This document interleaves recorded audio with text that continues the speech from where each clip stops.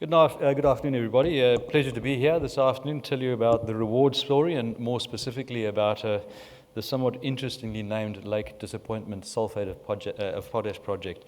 I think I must stress, though, that it's now for something completely different, because what you've heard in the context of MOP, it's very difficult or very different to when we're looking at SOP and specifically a brine operating environment, which is what Lake Disappointment actually is.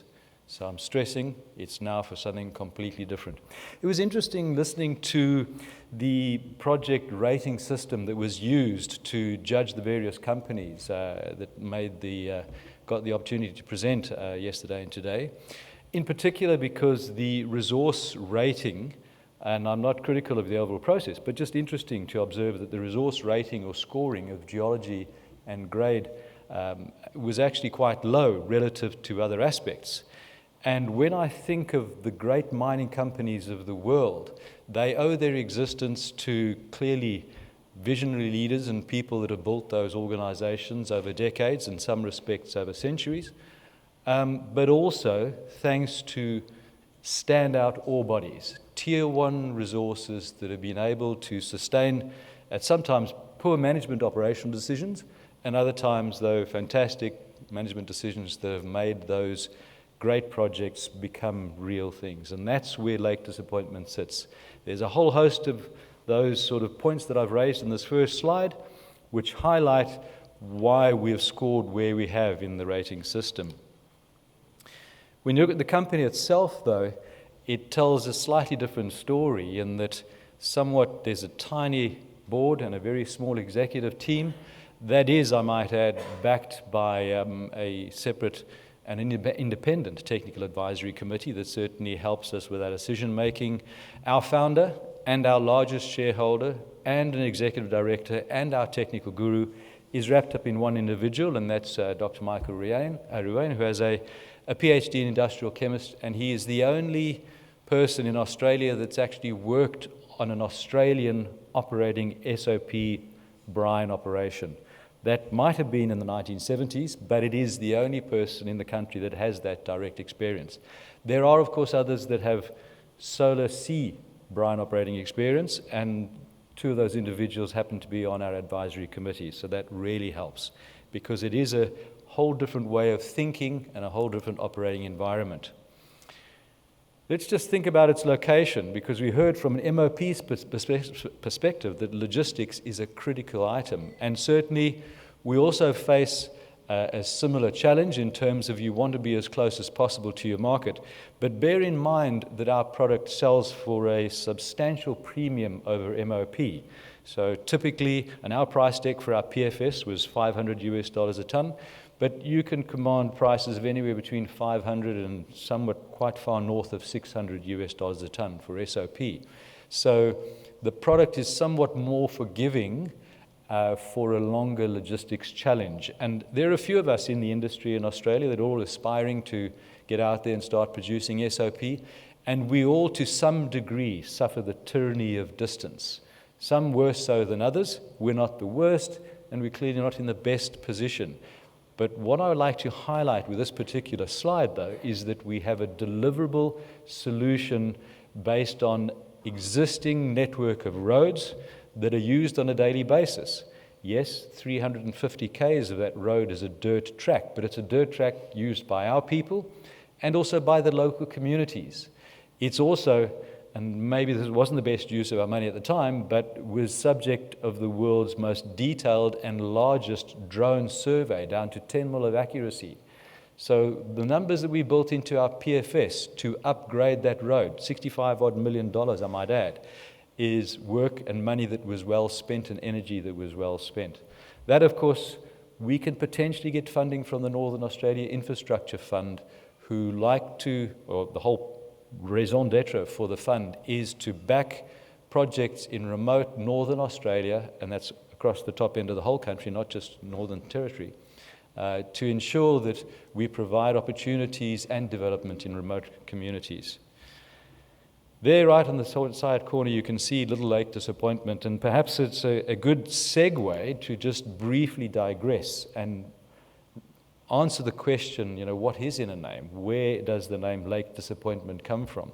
And I'm glad to inform you it certainly wasn't something that the founders of the company actually thought of.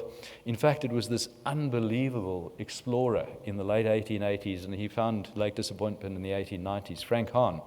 Very few Australians know about this guy, and yet he named over 500 geographic features across the Australian continent in the 1880s and 1890s. So an amazing explorer.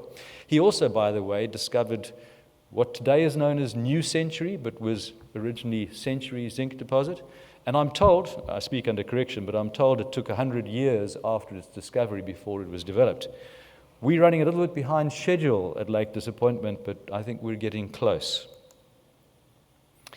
You also heard from Alex that he told you some of the basics about SOP and why it's so critical, in that it is actually the potassium supply and fertilizer of choice for high-value crops. And so I thought I'd slip in this leaf just to stress that point, and with some comic relief.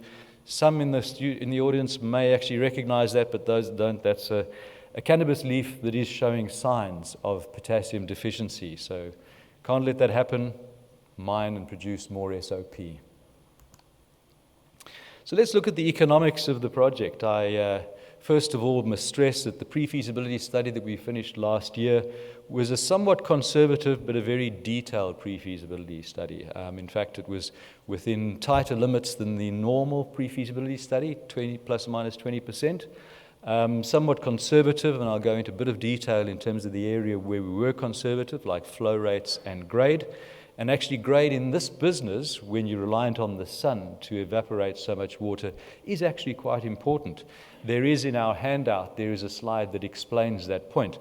But in essence, a lower grade brine will take twice the amount of time to evaporate to the point where you actually have a crude potash that you can crystallize, that you could then harvest and put through your plant. So it's a significant capital number, particularly for a company with such a small market cap. We're not naive, we recognize that. Hence, we're out on the road engaging with many potential strategic investors to make sure that we get both offtake and support as we move the project forward. At 400,000 tons per annum, this would be the largest SOP producer outside of China. It also has the longest life by far, because it is the largest deposit in Australia and in terms of brine terms in the world. So even though our pre-feasibility study allocated a 20-year mine life, which is the life that we're permitting, it has the potential to just go on and on and on.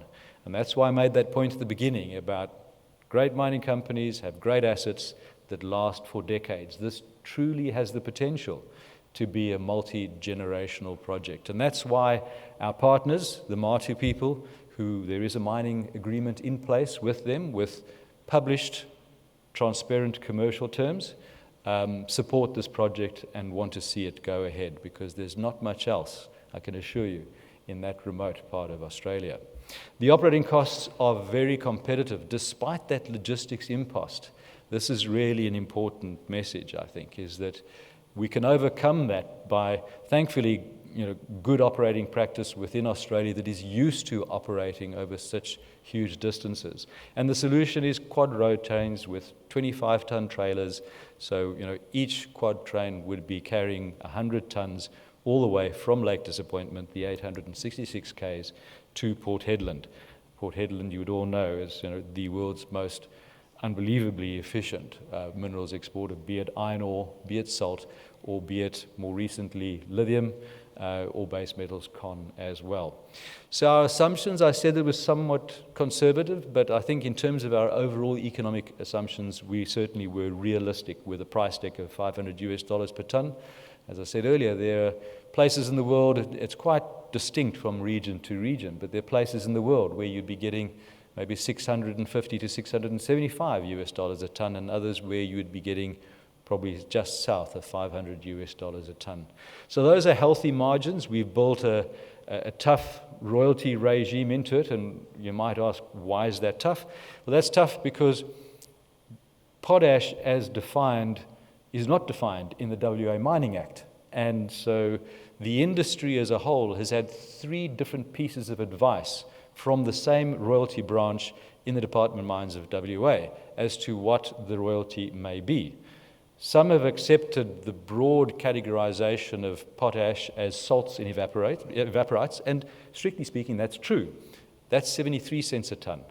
We were given the advice of 3.75%, and that's what we used. So we did not, unlike some of our peers, use 73 cents a ton. The differential there is $73 to $25 a ton. So that creates quite a significant impact on your NPV and your IRR. But those margins and those IRRs are quite attractive, in particular because we've been conservative, and they can only get better. Just briefly, in terms of the operations, it's quite interesting to see how you can divide up the operations into pretty much 3 separate areas that all are almost 1/3, 1/3, 1/3. It's your operations on the lake themselves. When I say lake, I mean a dry salt lake, obviously, that you can walk on, where you dig trenches and the brine flows out of the strata by gravity. You create a head by pumping over your buns into evaporation ponds, and you let the sun do the work. 4,800 megawatts is what you would need to evaporate this amount of water, by the way, but luckily the sun does it for us. And then we need 14 megawatts. So we're 99.7% renewable, I might add. You need 14 megawatts of your plant. You add this magnificent reagent called hot water, and it differentially then crystallizes your high and clean, pure potassium sulfate products, and you recycle your bitters, your waste product, which is a potassium magnesium chloride mix, back into evaporation ponds. So it's a very efficient process which increases your overall recovery. Your transport I mentioned there, $105 a ton. That's a fully costed quote and logistics solution right on to FOB Port Hedland. So where does that put us in terms of the cost curve? Actually still very competitive. In fact, at the bottom end of the cost curve. So let's not confuse the issue in terms of, oh, well, it's operating cost, but its logistics cost is heinous.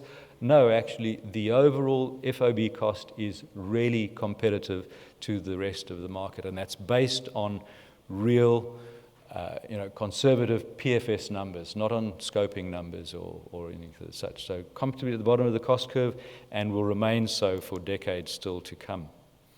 So currently, though, I must confess we're going somewhat slowly. Board has given me clear direction to, I guess, keep the powder dry, so to speak, whilst we're going through the final stages of our environmental permitting. And just like Highfield has experienced in Spain, Australia's just as tough, first world permitting environment. And so it's been 4.5 years in the making, and we estimate, and there is a slide in my AGM presentation recently that indicated another 6 months or so to go to wrap our environmental permitting. And we reckon that that is the milestone re-rating event that we're looking for to turn the taps on. We have sufficient funding, and we're expecting another R&D fund refund, as we have had for the past 4 years, to tide us comfortably through to the end of the year and beyond. But in the meantime, it's given us opportunity to do some left-brained thinking and think about how differently we can do parts of this project. We've actually come up with some dramatically different ideas, which I can't talk about just yet, but we'll cost them because we have time on our side to actually look and create a different project here that will be even more attractive with a lower environmental footprint as well. The other stuff that we have done and we've put on hold, resource conversion, we're looking to take the final step to define the resource, do some flow sheet improvements. We've been working with the Germans' ERCOS plan. And then finally, pond trials where we recently harvested crude potash salts, which we would like to send to Germany, but we'll wait until we turn the taps back on again. So in summary, just a conclusion, this is the Lake Disappointment SOP project in Western Australia. It's something that is backed by a really good, sound, solid and detailed PFS. We had ERCOS plan independently review our flow sheet, and it got the tick of good health. It is economically attractive even with those conservative assumptions. And at that scale, and in this first world top jurisdiction, it's the place you would want to bet a buck on because you know your investment is secure for the foreseeable future. A huge, wonderful, multi-generational project that is anything but disappointing. Thank you very much.